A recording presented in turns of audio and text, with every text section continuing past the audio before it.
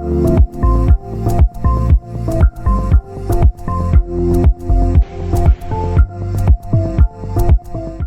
and welcome back to my channel. Today's video is all about making choices for Key Stage 3, Key Stage 4 and beyond, making subject choices specifically.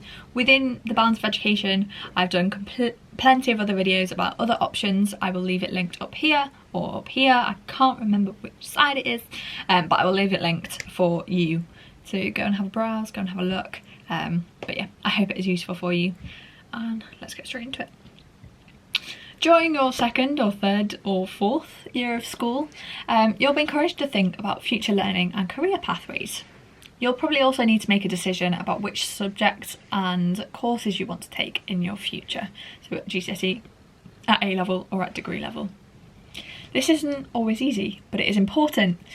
Your choices in school do affect your future career and apprenticeship, college, university options, so it's worth thinking about them in advance and properly planning ahead.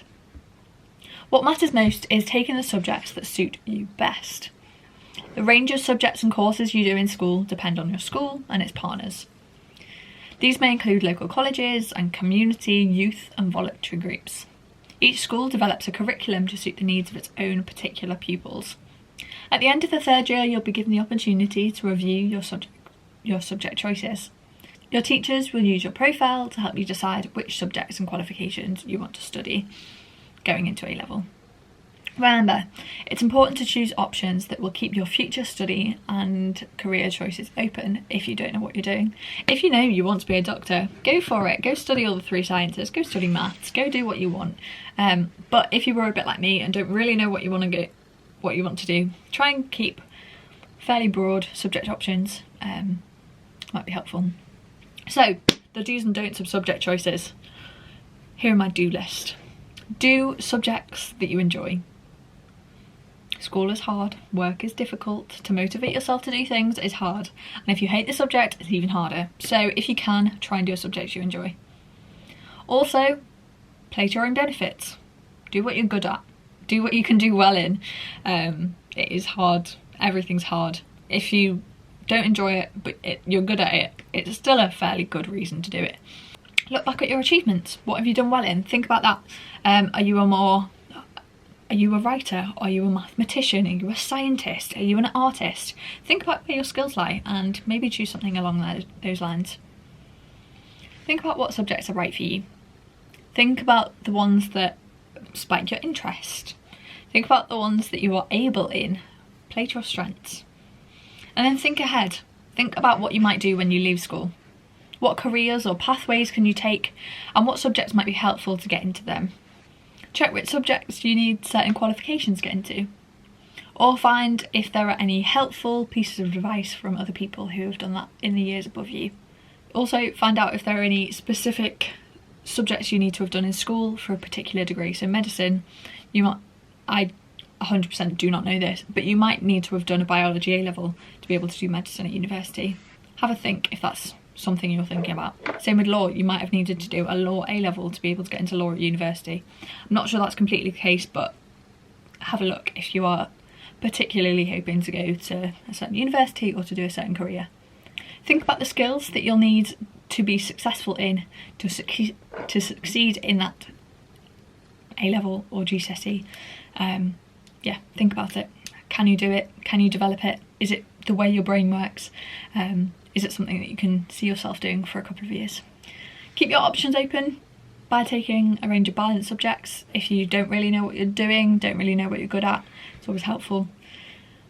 But also be willing to ask for help or information if and when you need it. So ask your teachers, ask your peers, ask the people in the years above you. You could get a tutor. I've tutored students in the past in geography doing their A-levels. I also tutored a GCSE student when I was in 6th form. Yeah, ask for help. People are willing to help.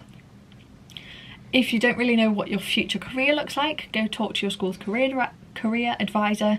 You may actually not have one, but I'm hoping to make an array of videos on here that will be helpful if you are choosing certain career paths and what things might be helpful for that. So subscribe down below so that you don't miss that. And then also talk to your parents, talk to the people that look after you. They probably have an insight of what the labour market looks like. The labour market is just a word that we use to describe the jobs market at the moment. So yeah, talk to them. They probably know certain routes, but there are not always set routes to get into certain things. You might be able to do an apprenticeship or traineeship to get into certain things. And then the don'ts list. Don't just choose a subject because you like the teacher. You might not get the teacher for A level. They might leave. They might go on maternity leave. Like, don't just choose the subject because you like the teacher. Just a heads up. Also, don't choose a subject without finding out about it as much as you can, including how it will be taught. So for university, you might expect it to be all lectures in person, but it might be like 50% online lectures, online seminars. Is it a banking form of education? I'm going to summarise this very quickly. Is it teacher just telling you? Is it a lot of group work? Is it a lot of watching documentaries? Is it a lot of practical work? Is it, I don't know, lots of exams, lots of coursework?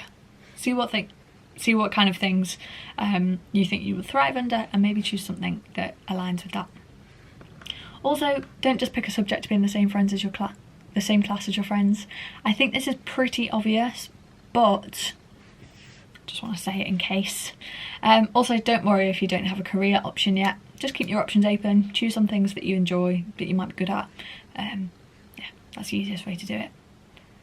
Don't just choose a subject because you think it's easy. If you're doing an A level, it's probably not easy. They're just not. I'm going to break it to you. A levels and GCSEs and degrees aren't easy. Don't just choose the easy option. There isn't really an easy option. Just enjoy it. And then don't limit your future career options by thinking some subjects and careers are only for girls or only for boys. Boys can do health and social care. Girls can do science. There are stereotypes that they can't do either of those things, but don't limit that. Like, be the one that goes and does all the STEM subjects in an all-boy or like a boys' school that there's like 4 girls in the 6th form. Go do that. You do you. Don't be conformed by gender stereotypes. So I hope this has been useful. Yeah, subscribe down below so you don't miss more of these. I'm hopefully going to do like different routes into different like pathways and what subjects might be useful for different careers. So subscribe down below so that you don't miss them, and I will see you soon. Bye guys.